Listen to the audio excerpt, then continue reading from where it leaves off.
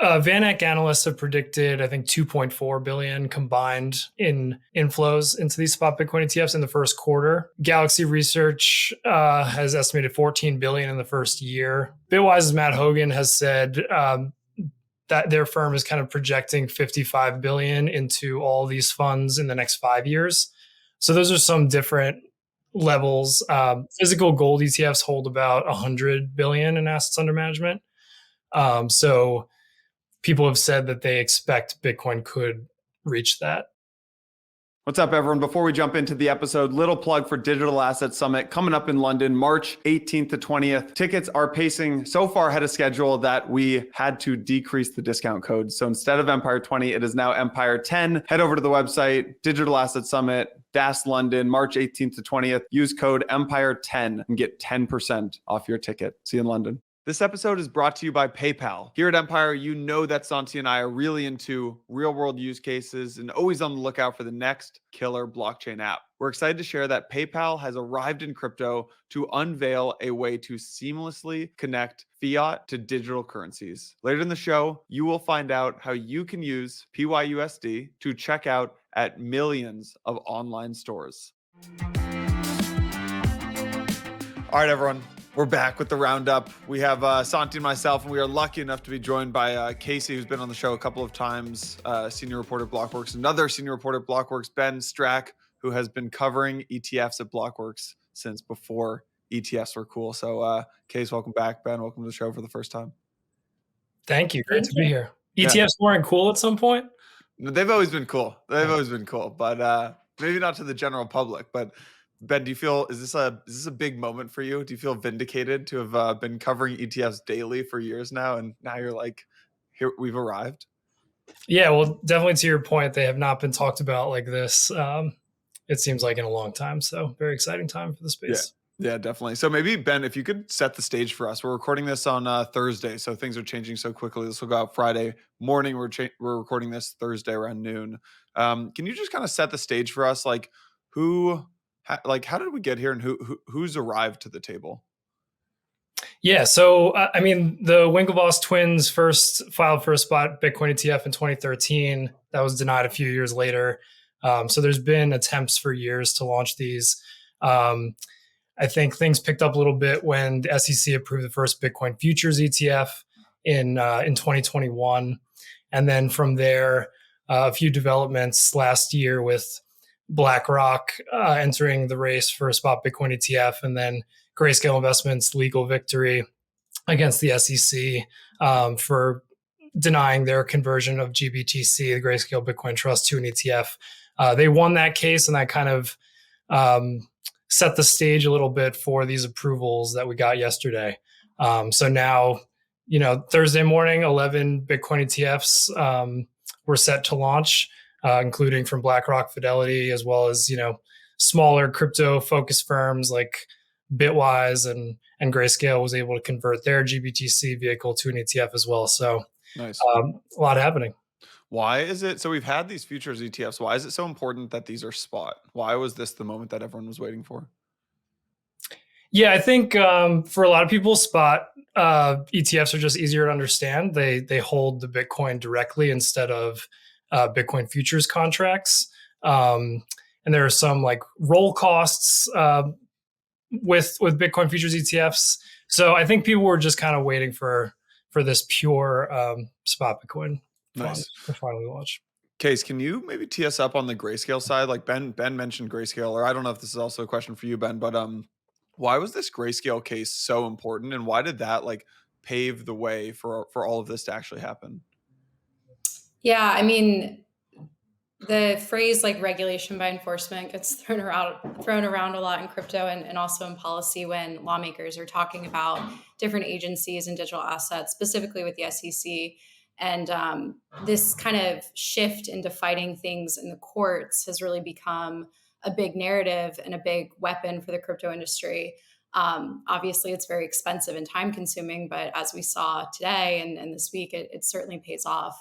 So Grayscale's big win was a judge ruled that the SEC is not allowed to deny a Bitcoin ETF for transitioning their GBTC for the same reasons that they have in the past.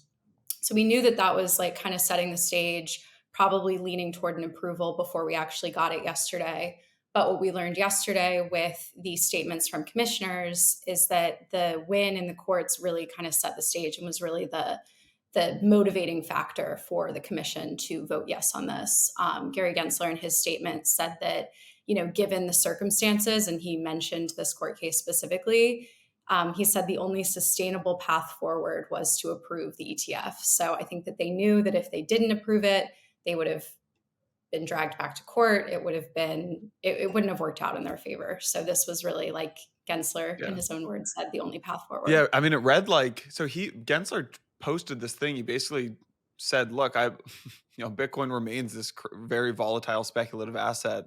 And, you could just see him writhing in pain through that message of like, I really don't want to approve this, but, And he voted yes. Like he knew that this was the only way. He was backed into a corner. He was dragged kicking and screaming, I would say. But yeah, I mean, his statement, it literally said Bitcoin and crypto are used for money laundering and drug trafficking and, terrorist fundraising, things that he said in the past. He's actually like putting in this statement that go alongside his yes vote, which was interesting to see. Yeah. All right. So let's jump to the juicy stuff, and then we can actually get into some of the details of this case. Where are we today? Or Ben, I don't know who has the most up-to-date info. It's, again, noon on Thursday. So what are the flows looking like? What are the volumes looking like? Or maybe actually if one of you wants to tee us up with this idea of like, there's flows, there's volume, and there's AUM. And how are those three things different? And then we can look at some of the actual numbers from today. Ben, do you want to start? Sure. Yeah. I mean, so AUM is the total assets in the fund, assets under management. That is based off of flows that are coming in, so inflows and outflows, going in and out, new money. But AUM takes into account flows. It takes into account the seed capital, which was gathered beforehand to help the ETF launch, and also takes into account the performance of the asset and how when the price of Bitcoin goes up, AUM in spot Bitcoin ETFs goes up as well. Yes, like the AUM dollar amount versus the actual the amount of Bitcoin would be different. Yeah. So a lot to look at so far. We have a story up on blockworks.co right now with just the initial trading volumes in the first half hour. There were more than 1 billion in trading volumes so far. So a lot of shares trading hands in those funds, with BlackRock, Fidelity, and Grayscale seeing the most so far. That compares to the first Bitcoin futures ETF by ProShares in 2021 had about 1 billion in trading volume for the first day. So obviously well past the pace there for these. Nice. So the early winners here, it looks like, so we've got these 11 firms. The early winners are BlackRock, Fidelity, and Grayscale. Is that right? Yes. I was joking with Ben. 11 is far too many. I can't keep track. I have too many tabs open. This is a great chart right here. Okay, Grayscale. Oh, okay. So anyone watching on YouTube, you can actually see it live right here. This is great data. Yeah, and so that story was as of 10 a.m. and we will be updating throughout the day. I believe as of now, I think BlackRock might be in the lead, and we have surpassed 2 billion in trading volumes. Nice. Wow. So so ARK is so what I'm looking at is Grayscale Bitcoin Trust is first, iShares, which is BlackRock. Then you've got Fidelity. Then you have ARK 21 partnership, Kathy Wood's firm and 21 shares. And then coming up in fifth, we have Bitwise. Then you've got the Invesco Galaxy partnership, Bitcoin ETF, then Valkyrie, then Franklin, then Wisdom Tree, then Hashdex. Yeah, and Hashdex was a little bit of a different one. They converted their Bitcoin futures ETF, ticker DeFi, to also hold Bitcoin directly. Nice. And correct, Ben, you might know more about this. Their spot holdings, they're tracking CME futures Bitcoin spot prices, right? In this fund, it's a little bit different. Yes, I believe it's a little bit different. I would have to dig into the details there. Yeah. So not only they converted, and also the underlying assets, from what I understand, are not quite the same as some of the other products. Nice. Okay, so let's talk about this this one of the most interesting dynamics, I think, which is like these fee wars that have emerged. So maybe you can walk us through what happened with the fees. Like, I think a lot of folks were expecting maybe 50 bips, 60 bips. Fidelity came out at 39 bips, and this like all out war ensued, I'd say. So Ben, what is the update on this fee battle? Yeah, so because you have 11 funds launching at the same time, one of the differentiating factors is fees. So that's why there's been such a competition there. We saw Fidelity, I think, came out one of the first ones with like 39 basis points, and we saw some other issuers undercut them at 25. Bitwise was the lowest at 20 basis points, and we just kind of saw issuers continue to lower them constantly. Like some updated today. Right. So some are still updating, even though, once it's posted, you can still update it and bring it down. You can change them after. Yeah, Valkyrie was at 80, for example. They went down to 49, and then they went down again to 25 this morning. So everyone's trying to stay competitive. Wow. Yeah. And there's also some waivers. I believe BlackRock for the first 12 months or until 5 billion, it's a little bit lower. Some have zero fee for the first 6 months. Right. Bitwise and ARC, I think, or there's some. Ben and Casey, at what point will we know and understand the type of buyer and the concentration, like the cohort, like who's buying it, the retention, like the average holding period? I know it's first day, but any big like institutions buying the ETF, or is it mostly retail? So in the lead up to the Bitcoin ETF approval and why people thought it was so important, a big part of that obviously was like being able to hold Bitcoin and have exposure to this asset in something like a retirement account or that type of fund where you can't, like a registered investment advisor cannot like make a Coinbase account on your behalf and like buy Bitcoin for you. So this product is like giving brokers an opportunity to, on behalf of their clients, get exposure to this asset. So I'm assuming, and Ben, I'm curious what you've heard as well. I think that the retail trader of like crypto and the retail trader of this fund are not the same. Yeah, so I think a lot of this initially is retail investors. We know that advisors, independent registered investment advisors, are very interested in these ETFs because we saw in a Bitwise and Verify survey a little while back that 80% of advisors were saying they were unable to buy crypto for clients or unsure whether they could, and that an ETF is a vehicle that they're very familiar with. So that would be a gateway into this space for them.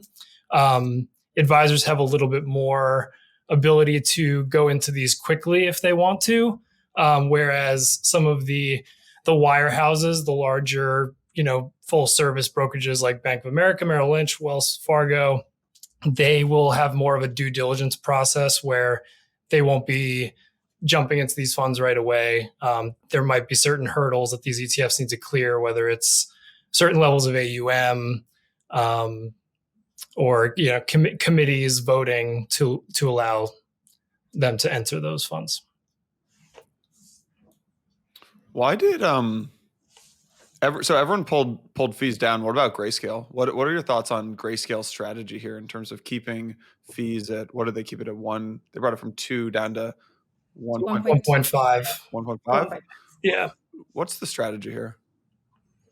Well, it's the highest by a lot. Yeah. Well, they obviously they get a lot of revenue from the fees on those assets in GBTC. There were about 28 billion in assets under management in that fund. That trust launched in 2013.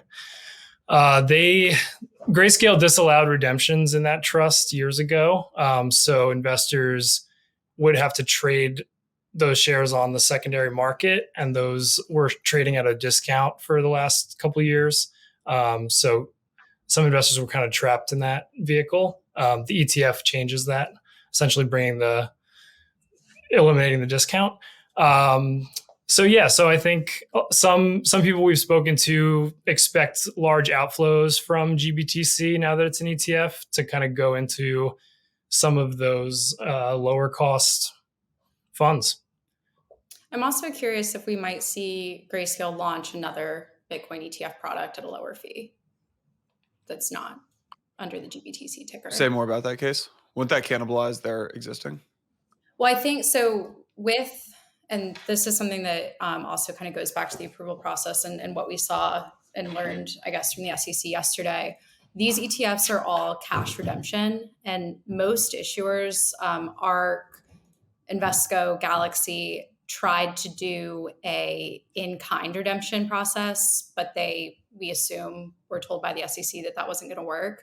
So I've talked to a lot of analysts and also people, I don't want to say people close to the matter. I know people get upset when I say that, but talk to people that know a lot more than I do.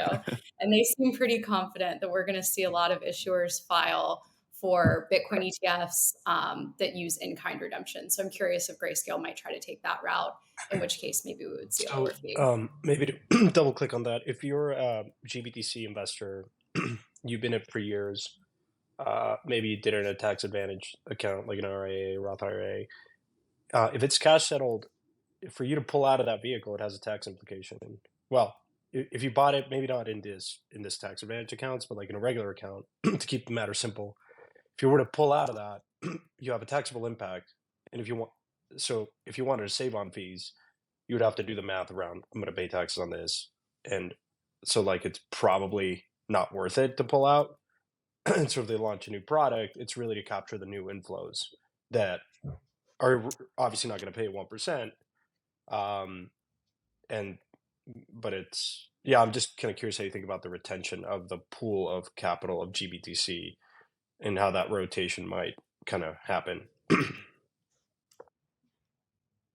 Yeah, no, that's a good point. I think with the in-kind versus cash redemptions, I think the issuers are definitely, it's tax advantageous for them to use in-kind. So with in-kind redemptions, we see the issuer exchanges the fund's underlying asset. So in this case, Bitcoin, with a market maker. In a cash redemption, they are actually like using cash to like buy the underlying asset, to buy the Bitcoin, which creates a taxable event.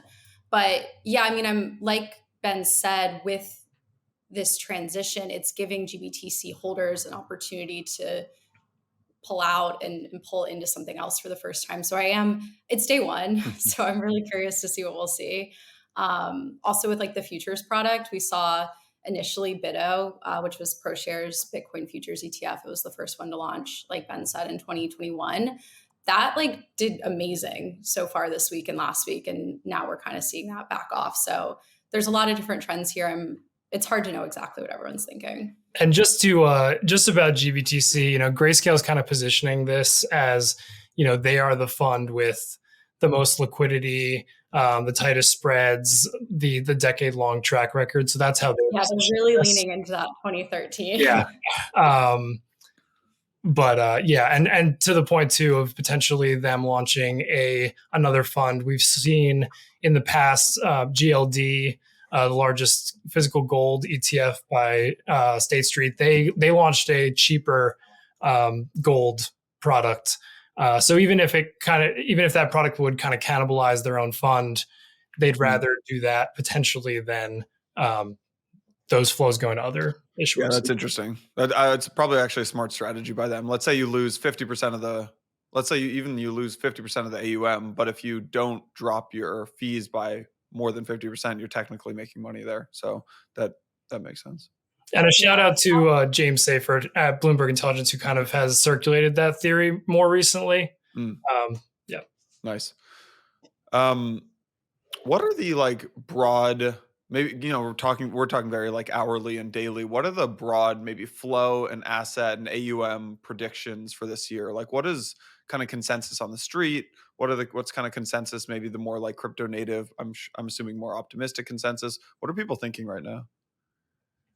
I have heard estimates for initial inflows from like 1 billion to 5 billion. So massive range. For the day, for the year, what's the time? We'll say like first week. I think some people are saying a day, but I'll try to, I'll say week. I don't think that's possible. But yeah, I mean, and this kind of goes back to the question of like, is it priced in or not? And I think in the short term, we saw yesterday and we're seeing today that maybe the initial news of approval and like first trading day was priced in. We haven't seen like a ton of Bitcoin moves. Honestly, Ethereum's moving way more. But last night, as we're seeing these approvals come in from the SEC, Bitcoin's like barely moving at all. So I think in the short term, a lot of that was priced in. When you look long term, though, I mean, we don't really know what's going to happen. An inflow of $1 billion versus 5 billion in the first month is a huge difference. So like, of course, Bitcoin is going to trade differently based on that. Yeah, we have a few Van Eck analysts have predicted, I think 2.4 billion combined in inflows into these spot Bitcoin ETFs in the first quarter. Galaxy Research has estimated 14 billion in the first year.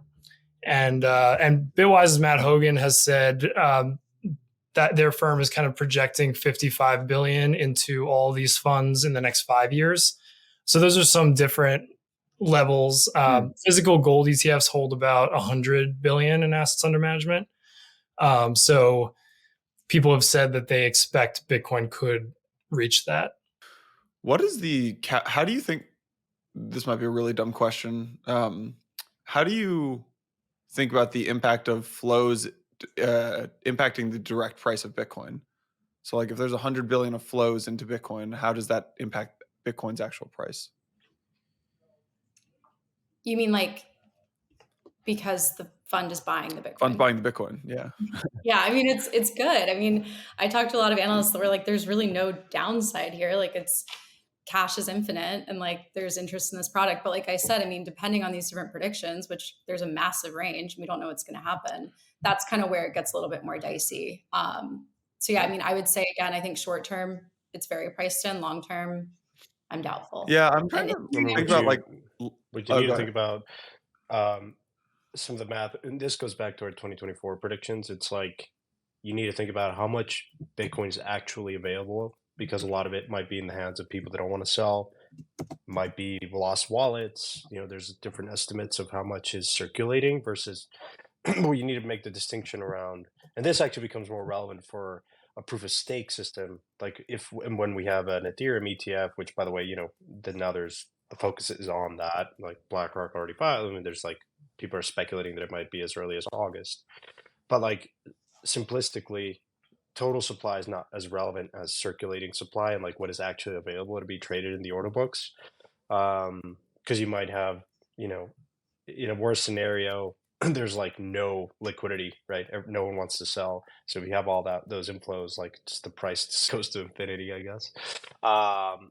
So that's the thing to really monitor, you know, how much of Bitcoin's actually, you know, people look at order books to make this kind of assessments of like for an incremental billion, 10 billion of flows, how much is actually in the order book at any given time. And it's kind of hard to piece it because sometimes there's like shadow, you know, not all of it is like, it's an iceberg. So like, it's sort of a bit of a difficult exercise to do perfectly, but you can get a good estimate. Yeah, Galaxy Digital Research Associate Charles Yu had a report in October that kind of looked at the price of gold and how that reacted after gold ETFs launched in 2004. Basically finding, you know, gold has increased by 4 times. The price has increased by 4 times since then. I think he projected a 74% increase for Bitcoin in the first year of spot Bitcoin ETFs trading. So that was an interesting report to check out potentially.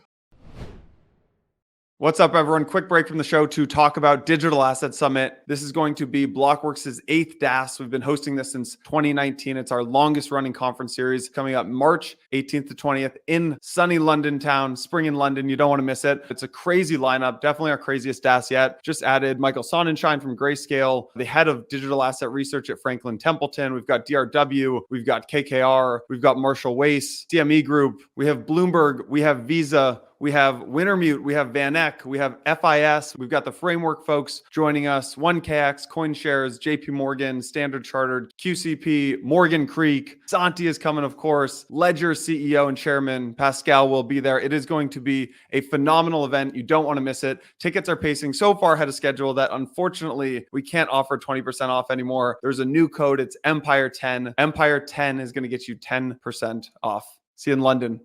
The days of not using crypto for really anything in the real world are over. It is time to start using crypto in everyday transactions, whether that's shopping online or just buying a bagel on the street. We're excited to tell you about PYUSD, PayPal's entrance into Web3. PayPal is proud to share an open letter to the crypto community that outlines their commitment, their roadmap, and their goals in the digital currency space. PYUSD seeks to transform how you interact with your digital assets. Available today, you can send your crypto to your PayPal account, swap it for PYUSD, and then use it to check out at millions of stores. PayPal invites you, all the Empire listeners, to be a part of this journey. Hit the link in the description of today's episode to read PayPal's open letter to the community. It gives you a really good sense of what their vision is. Take the next step by signing up for a PayPal account today. The future of crypto payments starts with PayPal.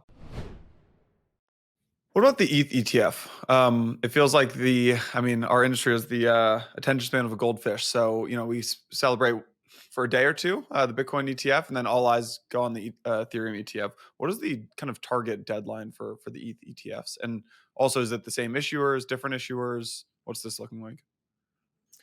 Yeah, so we saw ARK Invest and 21 Shares. They filed for a spot Ether ETF in September. I believe Van Eck did the same. And we've seen others, Invesco and BlackRock even come in a little bit later with that. So that September filing will go through the same sort of 19B4 process that these spot Bitcoin ETFs went through, which is essentially a 240-day process if they take the full time. So I think there will be some sort of ruling by next May around then. But I think a lot of discussion will need to happen before we see those. I saw, to the point earlier, Casey mentioned Gary Gensler's statement with approving these funds. He mentioned that this ruling does not signal anything about the commission's views to the status of other crypto assets. So there will be work to do on getting those approved for those issuers. Yeah, I mean, there were 2 years between approving Bitcoin futures ETFs and Ethereum futures ETFs. So like, if that's any indication, it's not Ether's trading like an ETH ETF is going to be approved tomorrow. But I'm pretty skeptical, like Ben said, really based on Gensler's language, that we'll see this happen quickly. I think that, again, based on what we've seen, it will happen eventually, but I'm not holding my breath. And the difference between Bitcoin and Ether compared to the other assets is they do have futures markets regulated by the CFTC right now. And like Casey mentioned, the first Ether futures ETFs launched a few months ago in October. So nice. Yeah, I saw some folks talking about a Ripple ETF. Yeah, I was Solana about ETF. to say. My understanding is that is a far-fetched product, just very. because that there's no robust futures market And around yet- anything other than Bitcoin and ETH. Yeah, and like Ben said, I mean, just because the SEC rules that Ripple's not a security doesn't mean anything in terms of ETF approval. Like it's all about the maturity of the market, and there's a lot to be done. Yeah. What else is interesting here, guys? Do you want to talk about Coinbase? Let's talk about Coinbase. What should we talk about Coinbase, Case? Ben probably knows more than I do. They're the custodian for 9 of the 11. I think 9. Yeah, that sounds right. Their stock is down a lot today, which I thought was interesting. Makes sense. It's at 145 now ish. Okay, we'll see. Some analysts were predicting that obviously with them being, are raking a lot of these custody fees, but so I was seeing estimates from like 25 million to 30 million in annual fees, which obviously isn't a ton. And then of course there's the thought that if you can buy an ETF, why would you make a Coinbase account to purchase Bitcoin? again, I think that those two categories of investors are different, but it is something to think about. I mean, I know that my parents, for example, would rather buy this ETF than get on an exchange, even though I've told them. And do you know the economics here? So let's say, okay, so I'm looking at our the Blockworks ETF tracker. You've got Grayscale, Bitwise, basically everyone except for Van Eck and Fidelity uses Coinbase to custody their Bitcoin. What is the split there? So let's say, Bitwise here, their fees are going to be 20%. What percentage of that goes to Coinbase and what goes to Bitwise? Do you know? I do not know. Ben, I'm not sure if you have any updated numbers. I'm not sure what the breakdown is. This isn't something, is this something that they have to disclose? I can pull this up in Edgar. It's probably actually in the Coinbase annual filings. That'd be an interesting. Yeah, I mean, that's something to watch, I guess, for their Q1 2024 earnings report, because we'll have this data. Yeah, that's interesting. So yeah, that's definitely something to watch. I was surprised that Coin itself, the stock, was trading so low today. It didn't really move that much last night on the approval and aftermarket trading, but not doing so hot today. You would have thought it would move in one way or the other, either positively because it's a big step forward for the industry, or negatively because, like you said, maybe people aren't buying Bitcoin on Coinbase anymore. In terms of, maybe, Case, I'd throw it back to you, like in terms of ETFs in context of the broader SEC war against crypto, what are you hearing on the ground? Well, I would say, so do you mean like in terms of approval, what does this mean for the SEC going forward, or like? Yeah, like, the SEC was coming after folks like Coinbase pretty hard, was coming after Kraken pretty hard. I don't know what you're hearing in terms of like, are these, coming after some of the DeFi protocols pretty hard? Like, is this still going to continue? Last more? Okay, continue. I think that, like I said, this regulation by enforcement has really encouraged this litigation process and fighting it out in the courts versus settlements, which is really important for the industry because a court ruling helps set a precedent, exactly like we saw with this Bitcoin ETF. When we see all these settlements with the SEC, it's difficult because it doesn't really create any precedent for any other actor in the space. It doesn't help to change any rules or to provide clarity to the industry. That being said, I mean, it's really, really expensive. We saw it with Ripple. We saw it with Grayscale. We're currently seeing it with Coinbase, Kraken. I mean, it takes a lot of resources to go up after the SEC and fight these matters out in court. But it's what we've seen so far, really the most effective path forward in terms of getting, I would say, like more concrete change. The other side of that, with the drama that we saw this week surrounding the approval announcement, I'll say. So we had the SEC's official Twitter X account, whatever you want to call it, compromised. There was a false tweet that they put out that said that the ETF was approved. That happened on Tuesday night. We obviously saw Bitcoin's price fluctuate a lot after that. It took about 15 minutes for the SEC to correct the narrative and state that the ETFs had not actually been approved. Immediately after this, we saw a lot of feedback from lawmakers, mostly Republicans, criticizing the SEC, saying that this obviously was incredibly irresponsible. It impacted markets, and it's unacceptable for a government agency to not have better security around these accounts. So that happened on Tuesday. A lot of lawmakers were very fired up. And then on Wednesday, we had another fun little incident with the SEC where the approval document was posted, I believe at like 3:45 p.m. It was just before 4, which everyone found very surprising. The SEC tends to keep these announcements until after the market closed. But it came up. And then I think, Ben, you can correct me, I think it was up for maybe 5 to 10 minutes before the post came down. Maybe even less than that, but maybe even less than that. We were frantically reading it, and then it disappeared. It did. So then, obviously, coming right on the heels of this compromised Twitter account, everyone is wondering: was the SEC hacked? Is this true? Why is the page gone? The SEC's office is not responding to anyone. We were frantically calling their press office. No one's saying anything. It took half an hour to then get the actual real news that was posted. So none of this is looking good for a lot of these lawmakers that have long criticized the SEC's enforcement practices. It's not winning them any favors in Washington right now. I would say particularly on the right. I was hearing some speculation from Democrats that the Twitter situation was not actually the SEC's fault, but it was a problem of X's security. X obviously came forward and said that wasn't true. I don't know about that one. Yeah.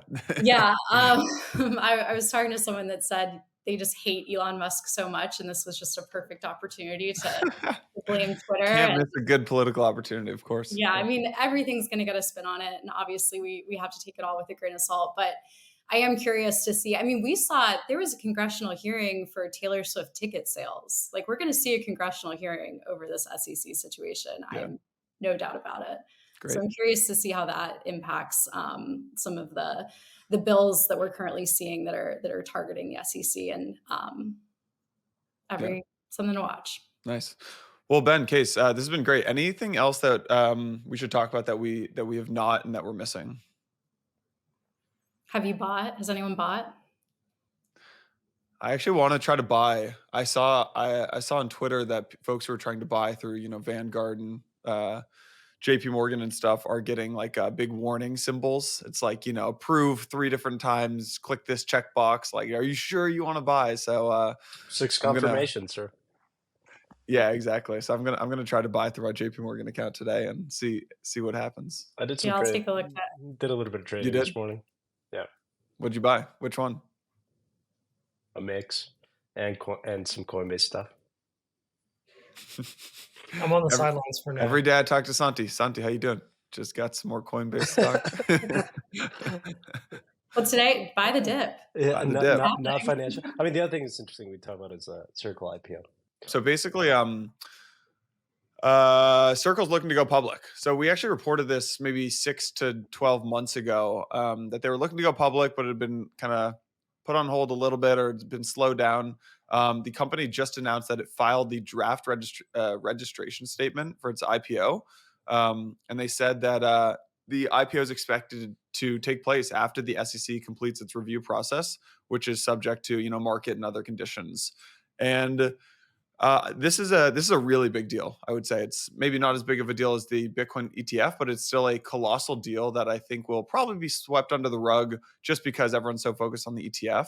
But if you look at the state of capital markets in crypto today, the only ways for people to actually access Bitcoin, if you're an institutional or crypto, if you're an institutional investor, it's now the Bitcoin ETF, it's Coinbase stock, and it's publicly traded Bitcoin miners, which are essentially just beta on Bitcoin. Circle IPOing basically gives folks access to broader crypto businesses. And even more importantly, there are about 6 to 10 companies that are waiting to see how Circle's IPO is received. And if it's received successfully, I think a lot of other companies are going to push to IPO, which just having several publicly traded crypto companies other than just Coinbase and the miners, I think it's a huge unlock for an industry. So you wonder what and that MicroStrategy does to MicroStrategy. And MicroStrategy, of course. Yeah. There's also Galaxy, which trades in Canada, but it's a big development. Having it's just a sign of a maturing industry. There's the obvious other one is Kraken, probably follow suit in 2024. And then there's another cohort that I would say is one level below Kraken, who probably looks Fireblocks. Who probably looks to 2025. This would be, Chainalysis, Anchorage, Fireblocks, maybe Consensus. Blockworks, yeah, exactly. Alchemy, BitGo, Gemini, eToro, you could probably bucket in there. Ripple, I've heard, has talked about it a little bit internally. So there's a whole swath of companies that are now looking at Circle to say, how successful are they going to be? How's the market going to receive this? And if it's received well, look, we'll start to file as well. So, does anyone have a favorite Bitcoin commercial they've seen on X or? We saw Bitwise kind of come out swinging with the most interesting man in the world. I mean, I'm biased. Matt Hogan's an advisor to Blockworks, and has been very helpful through the years, through the ups and the downs. And so, I'm always biased towards Bitwise commercials, that especially when they feature Matt Hogan. So I like that one. I didn't really like the Hashdex one. I thought that was kind of half-assed. I've been loving everything that comes out of Van Eck. Like, I think Van Eck's been doing a really good job for the industry for a long time, for 6 years now. And they've had some good stuff, but it's cool. I mean, NFL playoffs are coming up. Like, it's going to be interesting to see how many commercials are, you're watching the playoffs. Like, how many Bitcoin ETF commercials are there going to be? So we can all finally take a back seat and let Wall Street do the sales and marketing for the industry. And that's a huge machine. Sales and marketing department grew orders of magnitude. And I have a question actually for this. So I'm looking at our story, spot Bitcoin ETFs, estimated volume. You've got Grayscale, BlackRock, and Fidelity, then ARK 21 shares, then Bitwise. Where's Van Eck here? They were pretty significantly lower. I think ARK was behind the top 3 and 4th, and then the rest were pretty significantly Did Van lower. Eck get delayed, or they got approved too? They're good to go. They were approved. I will say not every single fund started trading exactly at 9:30. Okay. So take that with a grain of salt, especially so this story that you're looking at, Jason, was published at like 10 something. So some had like truly been trading for half an hour and some hadn't. Gotcha. But yeah, I was a little bit surprised. Their ticker is also HODL, so I was curious how that would go over. Nice. Awesome. Well, Case, Ben, thanks for everything. Incredible coverage of this Bitcoin ETF. Excited to see it develop and start to move into ETH ETF conversations starting in Q2. And yeah, good work on everything. Thank you, guys. Thanks. Cool. Thanks, guys. Santi. See you. Hey everyone, thank you so much for watching today's episode. Really hope you enjoyed it. We wanted to take a second to just remind you about our upcoming Digital Asset Summit in London, March 18th to 20th. Santi and I got your back. Seats are limited, and we hooked you up with a 20% off discount code. It is Empire20. If you heard it earlier in the podcast, there's a little competition running at Blockworks to see who can drive the most number of tickets. So when you register for the Digital Asset Summit, make sure you use our code Empire20. See you in London.